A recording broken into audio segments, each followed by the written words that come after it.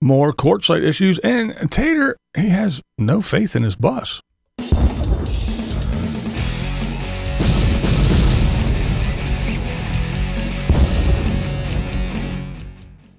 What's up, everybody? How you guys doing today? All right, let's start with the Got Out guy. Yeah, I call him the Got Out guy. Got Out. He is still in Quartzsite, and I guess there's some issues. He went for water one day. There was no water, so he had to go get water and all that other stuff. He's complaining about the mail service, that Moon Mountain mail place.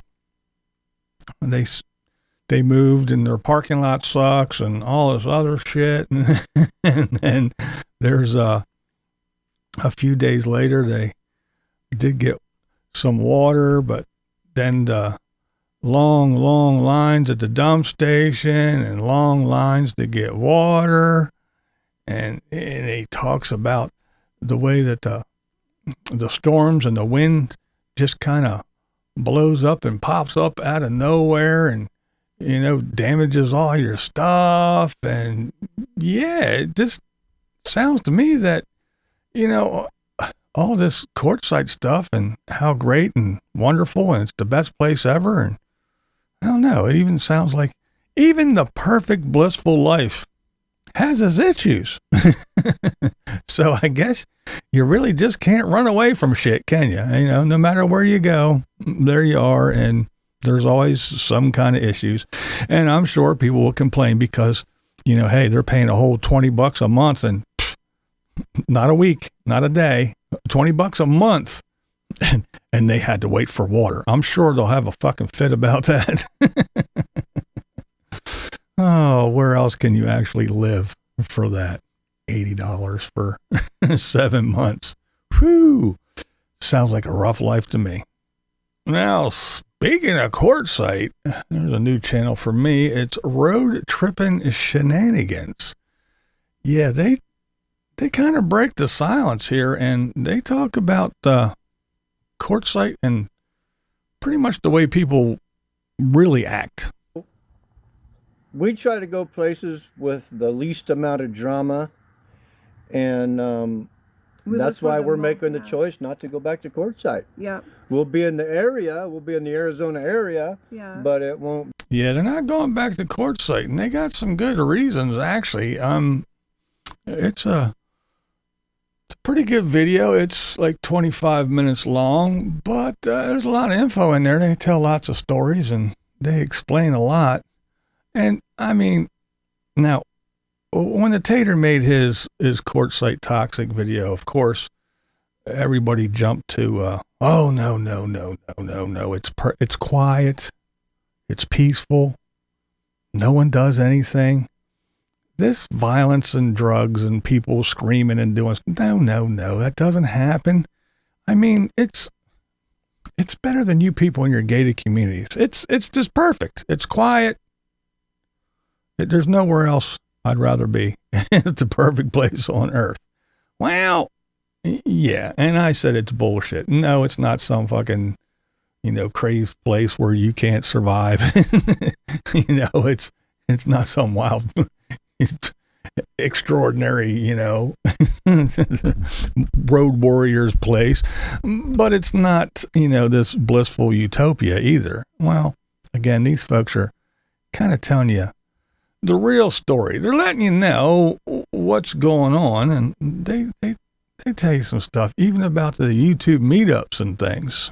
Follow it. Yep, and it just seems like every year the drama gets more and more. Yeah. And we're really not about drama. We're about fun. It used to be fun. But when you have to go there and you have to listen to people screaming and yelling and breaking jaws, supposedly,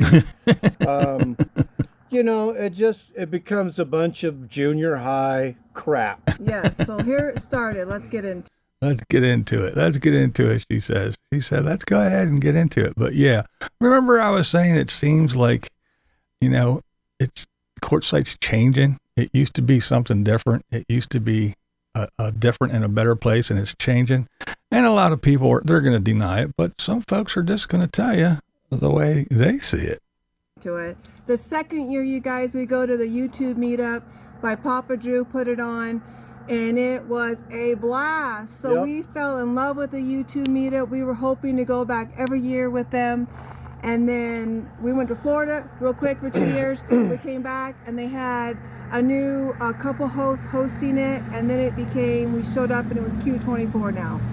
And it was driven into the dirt, basically. Yeah, and we're not the only ones complaining, but we're the only ones talking about Only it. ones talking about it. We had stuff stolen that was in the event tent with a bunch of other chairs. Yeah. So yeah, they go on and talk about it, and like I said, it just seems like things are changing, and not for the better. I mean, some of the stuff has changed for the better. I mean, I guess they're getting new and more dump stations and water things and all that, but it just seems like the people are changing. The type of people that are showing up and their behavior is just, I don't know. It's not the same. Even from a viewer's perspective, it's just not the same. And we talk about, people not breaking camp and going into anywhere to dump. And these people aren't in the LTVA. They're out boondocking. They're in Quartzsite, but they're out in the free stuff. So people aren't breaking camp and going into town or anywhere to pay or to do anything inconvenient to go dump. They're doing what we all say they're doing, and again, like they said, people aren't talking about it. They're denying it, but they're gonna say what they see. Yeah. They had like poop buckets underneath, 5-gallon poop buckets. Maybe they pooped to the floor. I don't know. And then all the pee that they had dumped on the ground. I was like, I can't do this. I'll never take water here again. So taking water over to them. Yeah. And then they had the nerve to ask for my Wi-Fi and stuff. I'm like, yeah, no. And then you guys at night they were plugging into their Stealing solar. their power. Yeah, and mind you, it's boondocking, so we get all our battery powering on solar at night, and they're stealing from people's solar at night. So we dealt with that. So put cameras up because you'll need them. And speaking of cameras, we put them up, and guess what? We caught the schoolies doing. Scott did. Dumping their buckets down in the wash. Yes. That's not good. Yes. No. And so that's just a taste. Yeah, I know I showed a lot, but that's still just a taste. Go over and check it out. I will leave a link below to this. Pretty good stuff. And yeah, I know there's going to be a whole lot of backlash for this one, but they can't be making all this shit up. And we've been talking about for a long time, the way people are, the way they act. And that's why when they were talking about this raising the LTVA price, I mean, come on, it's going to keep it's better for you folks that are out there. You still got lots and lots of free places. Like you always say, there's hundreds of millions of billions of acres of free land and blah, blah, blah, blah, blah. So go use that. But if they raise that price for the LTVA just a little bit and make it, and so you find folks that want to go in and relax and pay and be able to do whatever, and it will keep the riffraff out. More of the riffraff, it will keep them out. And again, these folks were in the BLM land. They weren't in the LTVA, so it's a little bit different, but still, everyone always said, oh, no, it's blissful utopia, and just listen to the Bob, and you can hold hands and skip around and live your childlike wonder. And I don't know, some people are just not having it, And again, you can try to stay away from people, but then you got people inviting people, and I don't know, but go over and check it out. It's an interesting video. Go check them out for sure. Now let's move on to the Tater. So there's really not a whole lot to talk about Tater because I already told you everything. I told you the majority of stuff. The buses at Diana's are in the driveway. Her bus is behind his, and then motorcycles there and all that stuff. It looks like, according to Mickey, it's around Saturday. It's Saturday. It's a Saturday, so that means it's either the 14th or the 21st. So it's either the day after his court appearance or the Saturday after that. I'm not sure. You never know with this timeline. But this big bus drama and $250 an hour mechanic, it was all over the top. horseshit drama just to, make it, oh, woe is me, and to get some views, because everybody knows drama is, if he just said, hey, I had a little snafu and I fixed it and just drove to California and I just love it here, no one's going to click on that. If he says it's a catastrophe and the bus broke down, everybody's going to go, woohoo, Tater, I knew it was going to happen. So yeah, it was all made up drama for the clicks, which, hey, it's his living. It's how the guy got to pay his bills because he has no other skills. So, yeah, he goes on about replacing hoses. He goes on and on and on about this hose and that hose, and I want to do this one and that one. And he walks around and shows you like 16 times where the break was and why all the stuff came out.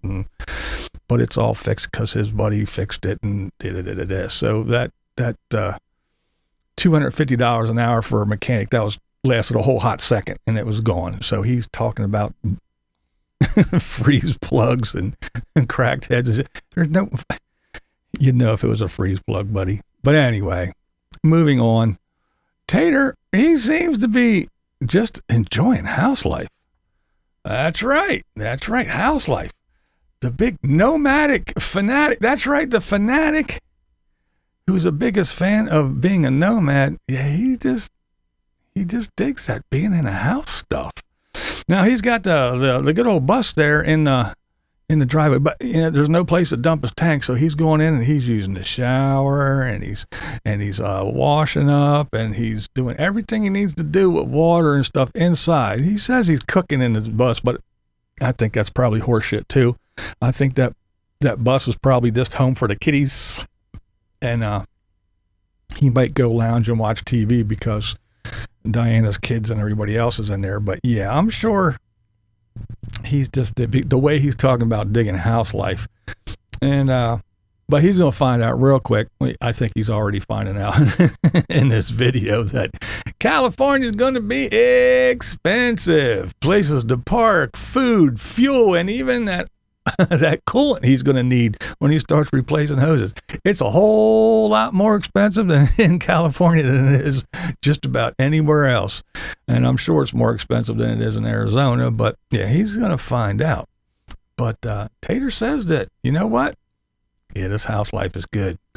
Life on the road just ain't for me anymore. With certain things at the property, I start to feel like the road is just not for me. And this comes at a really weird time because here in 2026, we've got the Route 66 Centennial, the 100-year anniversary of Route 66. And guys, I wanted to go. But the bus, I still really want to go. I am trying to find a way to go. But that bus, I want to go, but I don't think it's going to be in this bus because I hate to say she's not roadworthy, but I don't think I trust the bus on the road anymore, and I put all this into it. It's a beautiful home. But, yeah, he just does not trust that bus anymore. I don't understand. I mean, he had to have that bus and all that time and money wasted and everything, and I don't know. It's just funny to me. It's just really odd the way he does things. And of course, it wouldn't be a Tater video without record-breaking weather stats from his current location. That's right. He says, we here had this and we here had, so he's like, now he's a California resident. And last year we had this much rain, and the year after that we've had, and now we have this much already, and we have, so there in California, he's got to tell us all the weather stats and about this. Of course, he's there, so it's going to be the rainiest season ever. But anyway, while he does have a break in the weather and it's not raining, he jumps on his Harley and he goes to the beach, and he goes, of course, to a Harley shop to get a shirt, because he definitely needs another one. You know how minimalists are. They need to collect things, and multiple collections of things. But anywho, when I see Tater riding around with his little motorcycle costume on, with his little vest with his patches and all this other stuff, and his hoodie, and I don't know if it's the smartest idea to be cruising around on a Harley with that little costume on in LA. He just might draw some attention that he's not prepared for. Someone might just glance at little Tater and go, he might just appear out of the corner of an eye as a rival or somebody.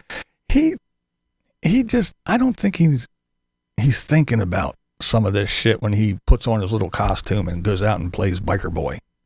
Now, Tater says he's not in a hurry. He avoids any and all mentions of the topic that everyone knows about and is interested in. Everybody's waiting for him to say something, anything, just to mention, but no, he will skirt around and he will just act like it doesn't happen. He acts, it's like a non-event. It's not happening. It's not going on. I'm here. I left. No, I didn't. I didn't go down to Phoenix for that. No, I didn't go to here for that. I wasn't at that area when the bus broke down. No, I was just driving through. We were going to get Diana's bus, and that's all it is. And now we're here in Cali, and I'm in no hurry. I have no urgent appointments. I have nothing that I have to do. I can just lounge around in the hot tub with my honey and do whatever I want, and I can go down to the beach and do everything here in California, because I have nothing pressing. There's nothing urgent that needs my attention besides my bus. And yes, he can Zoom his next court date, but to say he's escaping and he's calm and in no hurry, yeah, it's kind of bullshit. So we have heard Tater say his awesome bus is not road or trustworthy. He is enjoying house life. Tater Acres is snowy and he's just so happy that he's not there. So in other words, even though he hates all his great decisions with the land and the bus, he's just so happy.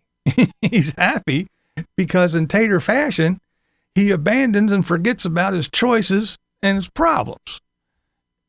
If there's issues at Taterland, we'll just leave Taterland and then it'll all go away. He did the same thing at Tater Acres. Taterland. Now he's doing it at Tater Acres. Excuse me. I got the taters mixed up. But yeah, he did it at Taterland and now he's doing it at Tater Acres.